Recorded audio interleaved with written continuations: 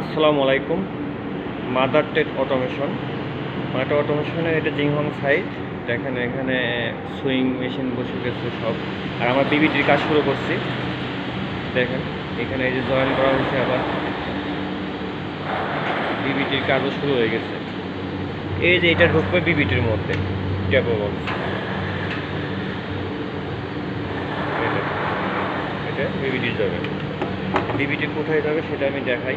দেখেন এগুলো সব জুপি, এই যে বিবিটি আমি ফিট করছি, এখানে সেট করছি। এইখানে ঢুকবে ওই বক্সটা, এখানে ঢুকবে। এইটা দেখেন অনেক বড়, এই যে অনেক বড়। এই পাশে একটা বিবিটি লাগাইছি আমরা, আবার এই পাশে একটা লাগাইছি, এই পাশে।